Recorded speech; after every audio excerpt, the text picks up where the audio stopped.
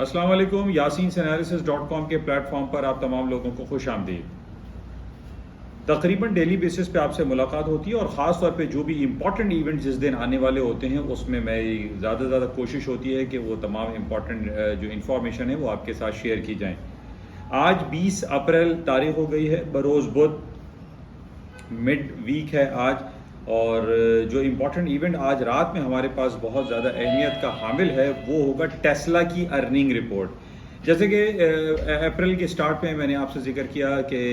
یہ مہینہ سٹارٹ ہو چکا ہے اور جو فرسٹ کوارٹر ارننگ ہے یعنی جنوری، فیبروری، مارچ کی جو کوارٹرز کی جو ارننگز رپورٹ آتی ہیں وہ اپریل کے پہلے ہفتے میں یا اپریل کی تاریخوں میں آنا شروع ہو جاتی ہیں. بہرحال آج one of the biggest, one of the largest company دنیا کی جس کو ہم ٹیسلا کے نام سے جانتے ہیں، ٹیسلا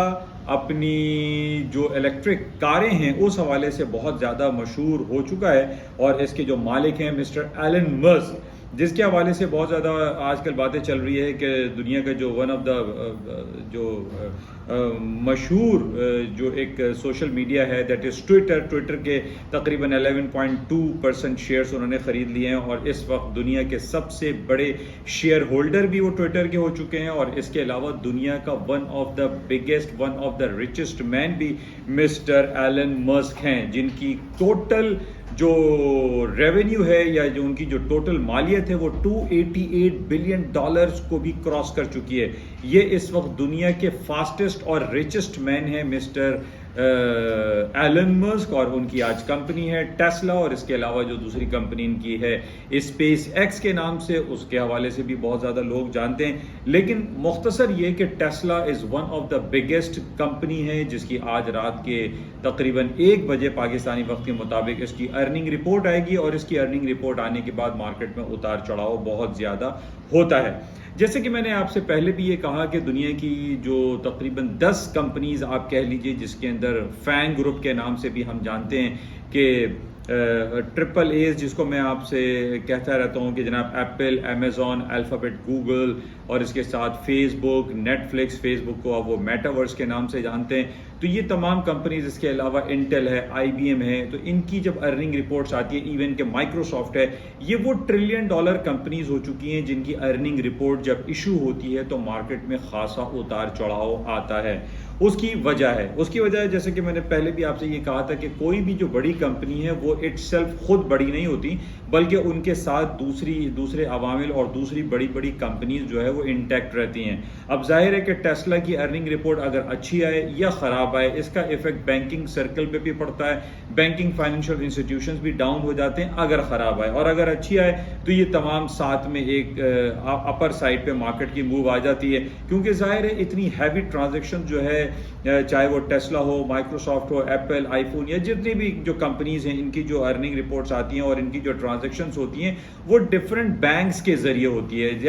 یعنی اگر ہم یہ دیکھتے ہیں کہ اگر ٹیسلا کی ارننگ رپورٹ آج رات میں اچھی آ جاتی ہے تو اس کا positive effect across the board پوری دنیا کی اسٹاک مارکیٹ پر پڑے گا. ایون کہ جو بینکنگ فائنینشیل سسٹم ہے، ایون کہ گولڈ اینڈ سلور پر بھی اس کے پازیٹیو اثرات آتے ہیں. اس کی وجہ جیسے میں نے پہلے بھی آپ سے یہ کہا کہ ٹیسلا ہو یا مائکروسافٹ ہو یا ایپل کمپنی ہو یا امیزون ہو یا آپ کے الفابیٹ گوگل ہو، ان کی جب ارننگ رپورٹس اچھی آتی ہیں تو اٹ مینس کہ ان کے چونکہ یہ ہائی ٹیک انڈسٹریز سارے موبائل اور گیجٹس اور کمپیوٹر سے ریلیٹڈ کمپنیز ہوتی ہیں، اور ہم یہ جانتے ہیں کہ ان کمپنیز میں جو بھی پروڈکٹس یہ بناتے ہیں، ایون کہ ہمارے اور آپ کے ہاتھ میں جو کمپیوٹر اور موبائل اور یہ جو ہینڈ سیٹس ہیں، اس کے اندر بھی گولڈ اینڈ سلور کا خاصا استعمال ہوتا ہے. تو ظاہر ہے اگر ٹیسلا کی ارننگ اچھی آتی ہے یا ایون مائکروسافٹ یا ایپل کی ارننگ رپورٹ اچھی آتی ہے تو اس میں گولڈ اینڈ سلور بھی پازیٹیولی ریئیکٹ کرتے ہیں. تو اٹس اے ویری امپورٹنٹ، رات کے 1 بجے اس کی رپورٹ آئے گی، اس کو ہمیں کلوزلی واچ کرنا پڑے گا. اچھا، اس کے ساتھ ہی گولڈ اینڈ سلور کی مارکیٹ، جیسے گولڈ جو منڈے کو مارکیٹ اوپن ہوئی تھی اس ویک میں 2 دن قبل، تو اس میں ہم نے دیکھا کہ 2003 کا ہائی مارکیٹ نے کر دیا تھا، یعنی 2000 کے بیریئر کو گولڈ نے کراس کر دیا تھا. اس کے کراس کرنے کی وجہ جو کہ میں نے آپ سے شیئر کی تھی واٹس ایپ پہ، اور ڈفرینٹ جو میسیجز میرے ہوتے ہیں اور اس میں جو اردو تحریر ہوتی ہیں اس میں نے آپ لوگوں سے یہ عرض کیا تھا کہ گولڈ کی قیمتوں میں جو 2000 کا بیریئر کراس ہوا ہے وہ اس وجہ سے ہوا ہے کہ پوری دنیا میں منڈے کو 80% مارکیٹیں بند پڑی ہوئی تھی because of Good Friday and Easter holiday. ان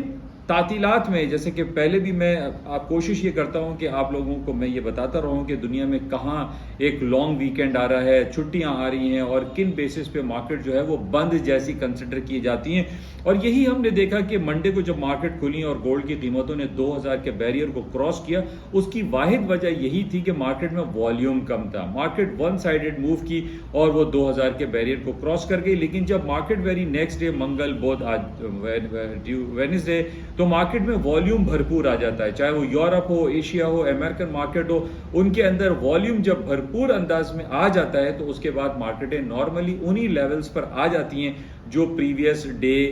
کو مارکیٹ کلوز ہوئی تھی. اور یہ کچھ میں نے تحریر آپ لوگوں کی خدمت پہ پیش بھی کی تھی کہ گولڈ کی قیمت ہو یا اسٹاکس ہو یا دوسرے آئٹم ہو، وہ اپنے تمام انہی لیولز پر آ جاتے ہیں جہاں پر لاسٹ تھرسڈے کو مارکیٹ بند ہوئی تھی بفور گڈ فرائیڈے ہالیڈے، اور اس کے لیٹر آن جو ایسٹر ہالیڈے تھا سنڈے کو، اور اس کے بعد منڈے کو بھی بہت ساری مارکیٹیں بند تھیں. اور یہ آپ تمام لوگوں کو اس بات کو ذہن نشین رکھنا چاہیے، اور یہ میں گاہے بگاہے وہ تمام آپ لوگوں سے شیئر بھی کرتا رہتا ہوں کہ جناب فلاں چھٹی آنی ہے، فلاں جو ہے ہالیڈے موڈ آنے والا ہے، تو ان بیسس پہ آپ اپنے پورٹ فولیو کو بہتر طور پر مینیج کیجئے، کیونکہ مارکیٹ ون سائڈ جا سکتی ہے. بہرحال ابھی جیسے مسلم کنٹریز میں اب ہمارے پاس جو تعطیلات آئیں گی وہ آ رہی ہیں عید الفطر کی، اور جس دن عید الفطر پاکستان اور عرب کنٹریز میں سیلیبریٹ کی جائے گی، اسی دن امریکہ میں یعنی 4 مئی کو امریکہ میں FOMC federal open market committee کی میٹنگ بھی ہے. اور امریکہ پہ ظاہر ہے اس کے فیڈرل ریزرو بینک پہ پوری دنیا کی نگاہیں موجود ہوتی ہیں کہ وہ دیکھتے ہیں کہ امریکہ اپنے شرح سود میں کیا واقعی میں اضافہ کرنے جا رہا ہے. وہ 25 بیسس پوائنٹ بڑھائے گا یا 50 بیسس پوائنٹ اپنے انٹرسٹ ریٹ کو بڑھائے. تو اٹس ویری امپورٹنٹ ہوگا ہمارے پاس 3 اور 4 مئی کو جو ڈیٹس ہمارے پاس آ رہی ہیں. تو اس حوالے سے ہمارے پاس جو گولڈ کی قیمتیں ذکر ہو رہا تھا کہ گولڈ کا جو 2000 اس نے کراس کیا، لیکن آج مارکیٹ ہم دیکھ رہے ہیں کہ 1950 اینڈ 47 اور 45 پہ دوبارہ مارکیٹ ڈاؤن سائڈ پہ آ گئی ہے. اور اس کی وجوہات میں نے آپ سے جیسے کہی کہ تھرسڈے کو جو مارکیٹ ہوئی تھی بیفور گڈ فرائیڈے، مارکیٹ تقریباً انہی لیولز کو دوبارہ ٹچ کر رہی ہے. اچھا، اس کے ساتھ جو گولڈ کی قیمتیں نیچے کی طرف اگر آئی ہیں آج، تو میں نے پہلے بھی آپ سے کہا تھا کہ دنیا میں جو اس وقت حالات و واقعات چل رہے ہیں، خاص طور پہ آج تقریباً 2 مہینے کا ٹائم ہونے والا ہے، اور یوکرین اور روس کے مابین جو جنگی کیفیت ہے اس میں روز بروز اضافہ ہوتا چلا جا رہا ہے، اور شدت آمیزی کا جو پہلو ہے وہ عیاں ہے. تو اس بیسس پہ ہم یہ ریکمنڈ کر سکتے ہیں کہ گولڈ کو خرید کے کام کرنا چاہیے. گولڈ آج بھی اگر یہ 1940 یا 45 یا 1950 پہ ٹریڈ ہو رہا ہے تو اس کا کوئی سرٹین اسٹاپ آپ پلیس کر کے، چاہے آپ ورچوئل ٹریڈ کرتے ہوں یا آپ فزیکل ٹریڈ کرتے ہیں، آپ اس کے اسٹاپ پلیس کیجئے 1935 یا 30 کے نیچے، اور اس کو بائی کریں. بیکاز آف کہ یوکرین اور روس کے درمیان جو جنگی کیفیت ہے اس میں بڑی شدت آمیزی کا پہلو بڑھتا چلا جا رہا ہے، اور یہ باتیں سامنے آتی چلی جا رہی ہیں کہ جناب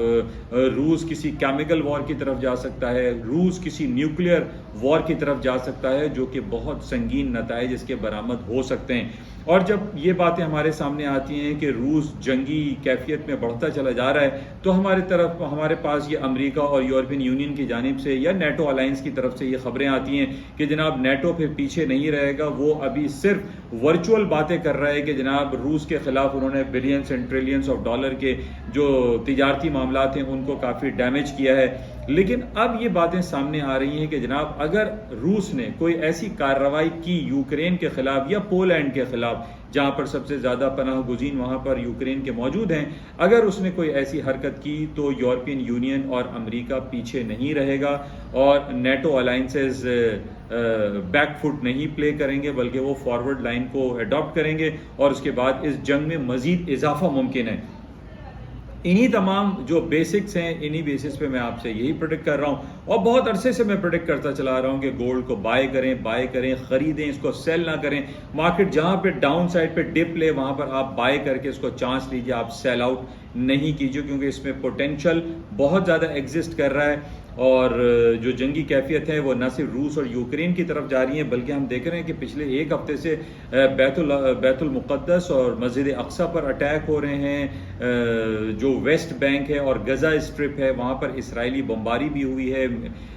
جو بلاسٹک میزائل بھی وہاں پر مارے گئے ہیں، کافی لوگ شہید ہوئے ہیں. یہ جب انارکی اینڈ کیوس والی سچویشن اسرائیل اور فلسطین اور سیریا میں ہم جب دیکھتے ہیں تو وہاں پر بھی جب حالات دگرگوں ہوتے ہیں تو ہم دیکھتے ہیں کہ سونے کی قیمتوں میں اضافہ ہو جاتا ہے۔ نہ صرف اسرائیل اور فلسطین اور سیریا اور یوکرین اور روس کے درمیان جو معاملات سنگین صورتحال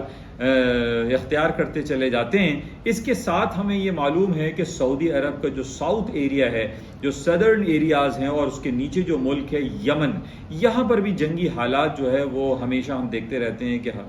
کہ سینکڑوں کے حساب سے لوگوں کا قتل عام وہاں پر ہو رہا ہے۔ یمن کے جو بارڈر ایریا ہیں وہاں پہ خواتین، بچوں اور بزرگوں کو قتل عام وہاں پر ہوتا رہتا ہے، اور ان بیسس پہ بھی ہمارے پاس یہی پریڈکشنز آتی ہیں کہ گولڈ کی قیمتوں میں اضافہ ہو جاتا ہے، اور کیونکہ گولڈ کو ہم ایک سیف ہیون کے طور پر گردانتے ہیں۔